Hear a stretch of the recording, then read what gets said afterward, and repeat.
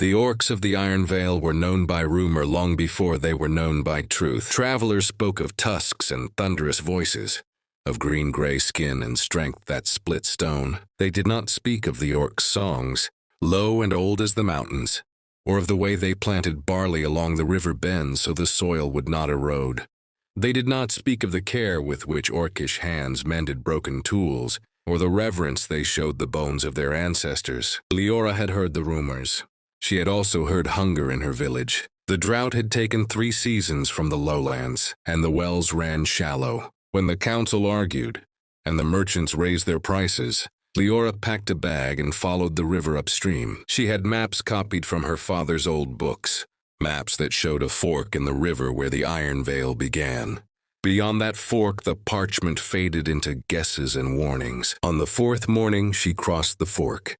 She knew she was being watched long before she saw him. The forest quieted in a way that was not empty but attentive. Leora stopped, set her pack down, and raised her hands to show she carried no blade. Her heart hammered, but she kept her voice steady.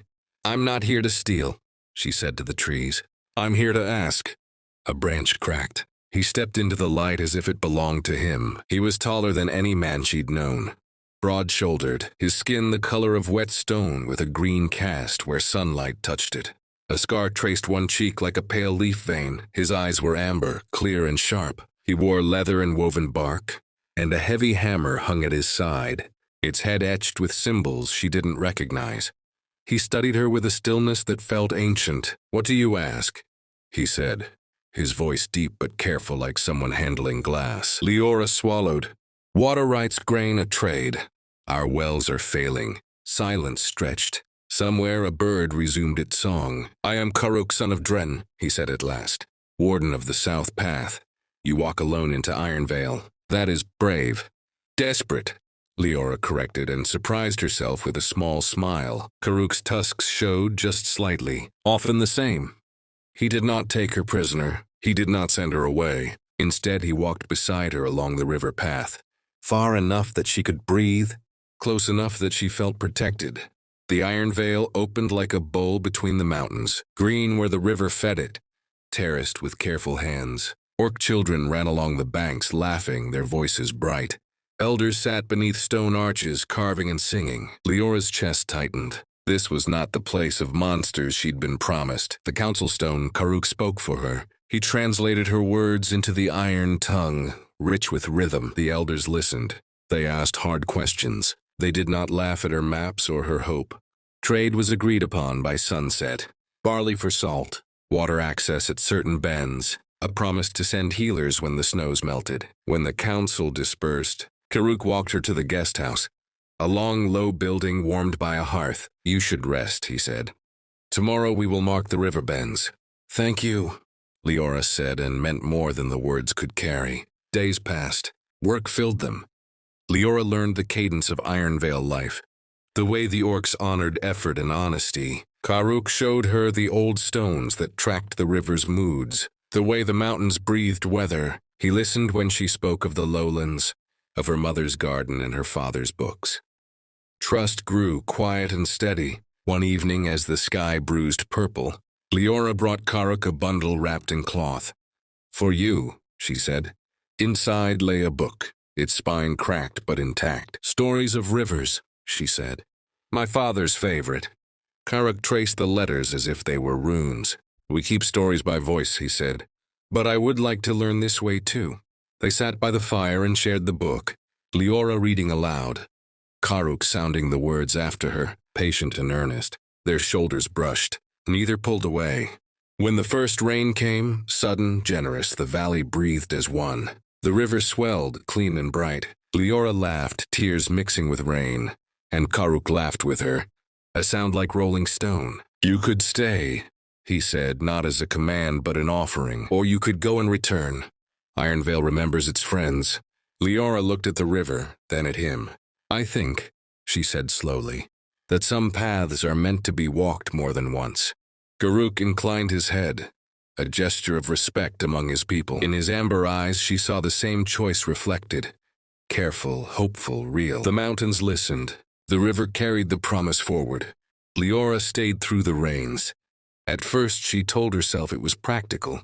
The river bends needed marking, and the lowland traders would not arrive until the passes cleared. But as weeks folded into one another, practicality became comfort, and comfort became something warmer and more dangerous to name. Iron Vale changed with the weather. Mist threaded the mornings, softening the stone terraces until they looked like steps carved for giants in a dream. The orcs moved with purpose through it all, repairing channels, planting late greens, singing work songs that echoed against the cliffs. Leora learned the rhythm of those days, the way effort was shared and praise given sparingly but sincerely. Karuk was everywhere and nowhere. As warden, he walked the paths at dawn and dusk, listening for shifts in the land. Yet he always found time to meet Leora by the river stone they had marked together, a flat slab veined with quartz where the water slowed. "You walk like someone who listens," he told her once, as she traced the edge of the stone with her fingers. "My father taught me," she said. "He said the world speaks softly. If you don't listen, you miss what matters." Karuk nodded. "That is an orc saying, too." She smiled at the thought of it, at how two distant lives could arrive at the same truth from different roads. Not everyone in Iron Vale trusted her so easily. Murga, an elder with iron rings braided into her hair, watched Leora with eyes like flint. "Humans forget promises," she said during one council meal. "When the river runs low again, will they remember who shared it?" "They will," Leora said, steady despite the weight of the room. "Because I will make sure they do." Murga studied her, then grunted. "Words are wind. Deeds are stone." The next morning, Leora rose before dawn and joined the laborers repairing a spillway. The rains had damaged, her hands blistered, her shoulders burned. She did not stop. By midday, Murga brought her water and said nothing, but the flint in her eyes had softened. Karuk watched from a distance, pride and concern warring in his expression. That evening, he brought salve for her hands, his touch careful, reverent. "You do not need to prove yourself like this," he said quietly. "I do," Leora replied. "Not to them, to me." He met her gaze and inclined his head. "Then let me stand with you." So he did. When the spillway was finished, they sat side by side, feet in the cool river, saying nothing. Silence, she learned, was another language here.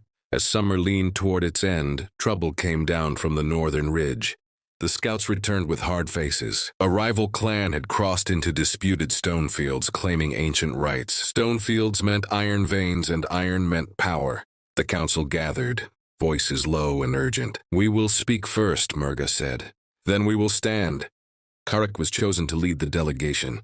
When he told Leora, his jaw was set. "It may be dangerous." "Then I'll stay out of the way," she said, though fear threaded her voice. He hesitated, then surprised her. "Come with us." The stone fields were stark and beautiful, wind-scraped and sharp. The rival clan's leader was a scarred orc named Brannock, his presence heavy as a storm cloud. Words were exchanged. Old grievances surfaced like bones. Tension coiled. It was Leora who noticed the shift in the ground, the way the wind carried a hollow note. "The slope," she whispered to Karuk. "It's unstable." Too late. A rumble shuddered through the stone. The earth gave way. A sudden slide of rock and dust. Chaos broke loose. Karuk moved without thought. He grabbed Leora, pulling her back as the ground fell away. They hit hard, breath knocked from them but alive. Across the field, Brannock's nephew lay trapped, a leg pinned by stone. Silence fell, broken only by the wind. Karuk looked at Leora. She looked back. The choice was instant and shared. They moved together. It took hours. Orc strength and human persistence, stone levers and careful hands. When the nephew was freed, bloodied but breathing, Brannock's storm cloud presence shifted. He bowed his head, a rare gesture. "Life for life," he said. "The stone fields will be shared." The return to Iron Vale was quieter, heavier. That night as the valley slept, Leora stood by the river, hands trembling now that the danger had passed. Karuk joined her. "You were brave today," he said. "So were you," she replied. "You didn't have to save me." "I did," he said simply. The river murmured between them. Leora turned, words rising like a tide. "Karuk, He lifted a hand, gentle. "In Iron Vale we speak truth slowly, so it does not break us." She laughed softly, tears bright. "I can learn that." He smiled, tusks showing warm and unguarded. Good. Above them, the stars burned steady. The mountains held their breath, and the river carried on, patient as ever. Autumn came quietly to Ironvale, painting the terraces with gold and rust. The river ran lower now, clear and steady, revealing stones that had slept beneath its surface for years. Orc children collected them, laughing as they chose the smoothest, ones to stack along the banks in careful spirals, offerings of thanks for the water that had sustained them. Leora learned the meaning of those spirals from Karuk as they walked the river path one evening. Each stone is a season, he said. We remember what carried us through. And if a season was hard? She asked. Then the stone matters more. She turned that thought over in her mind, like a pebble in her pocket. Their closeness had grown into something undeniable yet unspoken. They shared meals, work, and long conversations by the fire. Sometimes, when the day had been especially heavy, Karuk would rest his forearm lightly against hers, a grounding presence. It was an orcish gesture of trust. Each time, Leora felt it like a quiet promise. The lowland traders arrived at last, their carts creaking under the weight of salt and cloth. Leora stood beside the council as the agreements were honored. When the first barrels were rolled toward the valley storehouses, Murga gave a single approving nod. You did not forget, the elder said to Leora. Stone remembers stone. Relief flooded her so strongly her knees weakened. Karuk caught her elbow, steadying her with a touch that lingered a heartbeat longer than necessary. That night, Ironvale celebrated. Fires were lit along the terraces, and the air filled with the scent of roasted grain and herbs. Drums sounded deep and slow, echoing off the cliffs. Orcs danced in heavy, stamping rhythms that shook the ground and made Leora's chest hum in response. Come, Karuk said, offering his hand. She hesitated only a moment before taking it. Dancing with an orc was nothing like the reels of the lowlands. It was grounded, deliberate, each step tied to breath and balance. Karuk guided her patiently, his hand warm and sure around hers. When she stumbled, he steadied her, never laughing, only smiling with his eyes. As the night deepened, the drums softened. Stories followed, voices rising and falling around the fires. An elder sang of the first river and the first promise. Leora listened, head tilted back against a stone, Karuk seated beside her, close enough that their shoulders touched. When the fires burned low, Karuk walked her back toward the guest house. The path was silvered by moonlight, the valley hushed. Leora, he said, stopping near the river stone. In Ironvale, when a guest stays through 3 seasons, they are no longer only a guest. Her heart began to race. What are they, then? Kin, he said. If they choose. She searched his face, reading the careful hope there. And if they choose. More than that? Karuk exhaled slowly, as if he had been holding that breath for weeks. Then we speak to the council. We honor both peoples. We take nothing that is not freely given. Leora reached for his hand, this time without hesitation. Their fingers interlaced, human and orc, fitting together better than either had expected. I choose, she said. The council meeting that followed was long and solemn. Murga questioned. Others murmured. Traditions were named, boundaries set. When Leora spoke, she did not speak of love first, but of work, of shared danger, of promises kept. When Karuk spoke, he spoke of respect, of balance, of a future shaped together rather than claimed. At last Murga struck her staff against the stone floor. Let the river witness, she said. If it carries you both, Ironvale will not stand in its way. The ceremony was simple. By the river stone they bound their wrists with woven grass, green and gold. No vows were shouted. They were spoken quietly, meant for listening ears. When it was done, Karuk rested his forehead against Leora's, a gesture of deep trust among his people. She closed her eyes, feeling the strength and gentleness of him, the steadiness she had come to rely on. I will still walk between worlds, she said softly. And I will walk with you when I can, he replied. And wait when I cannot. Winter would come. Challenges would follow. But as the river flowed past their bound hands, Leora knew this truth as clearly as she had ever known anything. Some stories are not about conquering or being conquered. They are about learning how to stand together in the current. Winter did not ask permission before it arrived. The first snow came down from the peaks in long, silent sheets, settling into the terraces and muting the valley's colors. The river slowed, its edges feathered with ice, though it never froze completely. The orcs said it was because the Iron Veil remembered movement and refused to become still. Leora learned quickly that winter here was not a season of rest, but of endurance. She moved from the guest house into a stone dwelling near the southern path, close enough that she could still serve as a bridge to the lowlands when messengers arrived. Karuk helped her carry her few belongings, his breath fogging the air. "This place will be warmer," he said. "The walls were laid by my mother's kin." "I like that," Leora replied, living inside a story. He glanced at her, surprised, then smiled. "You understand more than you know." Snowbound days brought different kinds of work. Nets were mended, tools reforged. Children were taught history beside the hearth, each lesson braided with caution and hope. Leora offered what she could, teaching letters to those curious about books, translating old trade records, listening when elders spoke of winters that had nearly broken the valley. Not all listened to her gladly. There were murmurs, quiet at first, a human among them. A warden too changed. Some wondered aloud if Iron Veil was bending too far, too fast. Others feared that when spring came, humans would come with it, and not all would arrive in peace. Karuk heard the whispers. He did not dismiss them. One night after a tense council gathering, he stood outside in the snow, bareheaded, letting the cold bite. Leora joined him, wrapping her cloak tighter.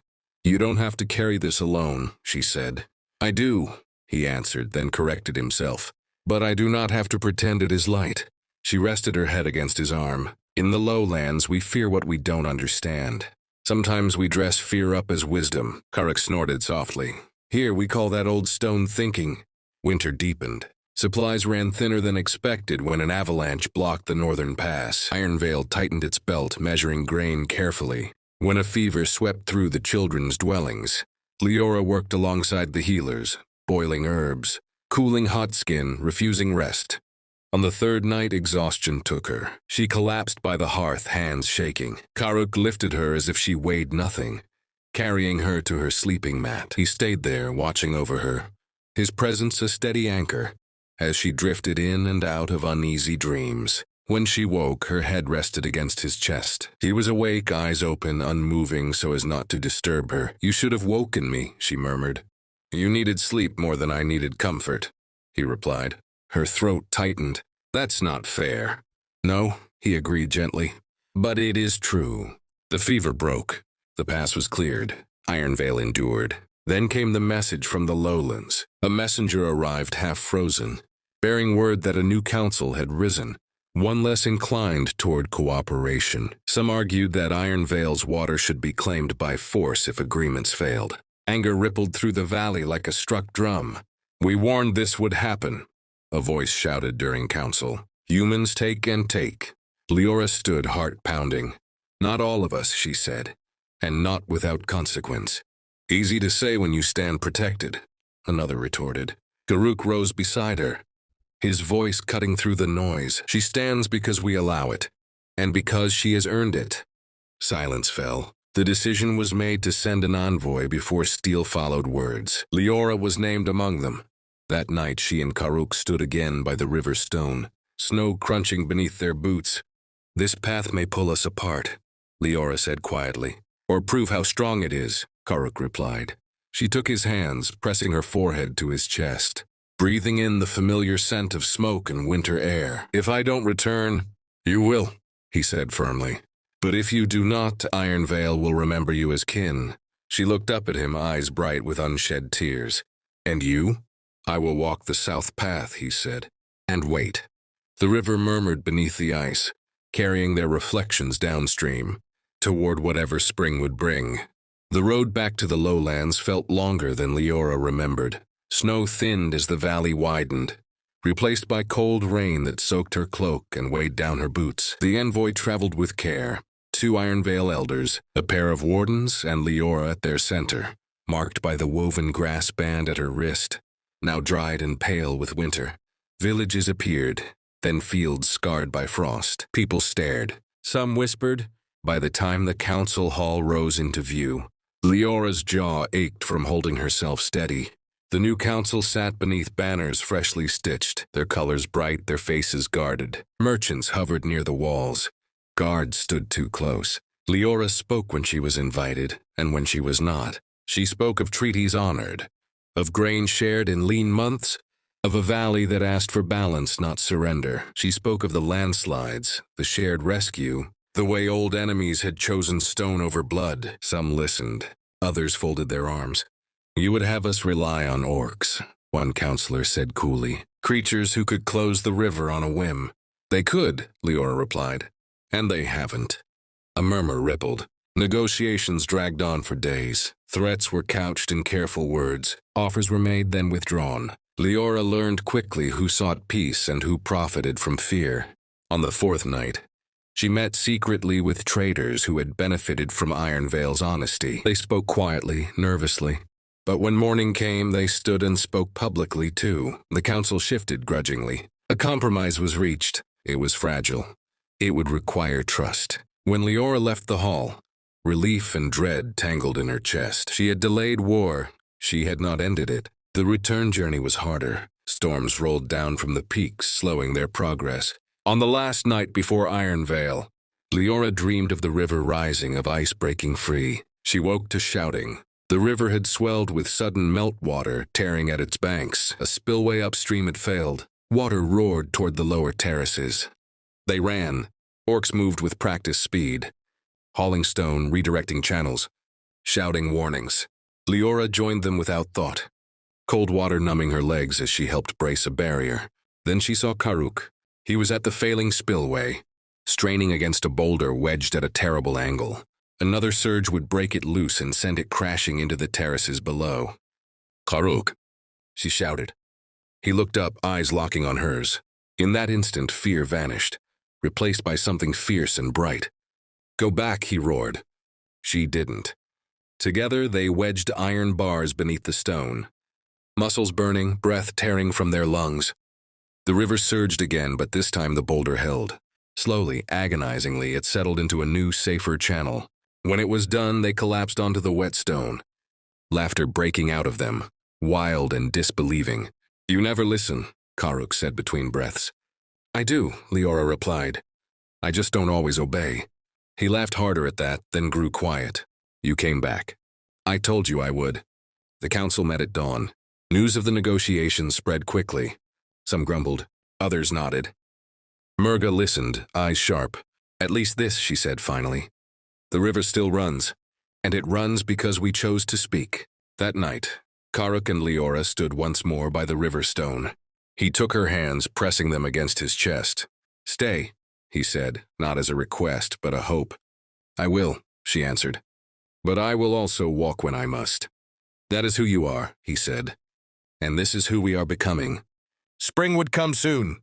With it, new trials, new roads, and a future neither fully human nor fully orcish, but shared.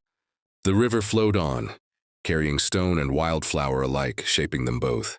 Spring did not arrive all at once, it crept. The snow retreated in thin, shining veins, and the terraces softened into green again. The river swelled with purpose rather than fury. Carrying petals and old leaves downstream, Iron Veil breathed easier, though no one mistook ease for safety. Change leaves a scent. Predators notice it. The first warning came with a broken marker stone along the eastern ridge, one that had stood untouched longer than any living orc could remember. The second came with strangers seen at a distance, watching, counting. "They test us," Murga said, tapping her staff against the council stone. "Testing stones crack if they are weak." "They also crack if struck carelessly," Leora replied. Eyes turned to her. Not with suspicion now, but with expectation. A gathering was called. Not just of Iron Veil, but of nearby clans and lowland delegates willing to attend. It would be the first council of its kind. Some called it foolish. Others called it dangerous. Karuk called it necessary. Preparations consumed the valley. Paths were cleared. Storehouses opened. Watchfires were lit along the ridges. Leora worked with scribes and messengers, translating agreements into shared language, careful with every word. One night, as they worked late by lamplight, Karuk rested his hand over hers. "You carry too much," he said. "So do you," she answered.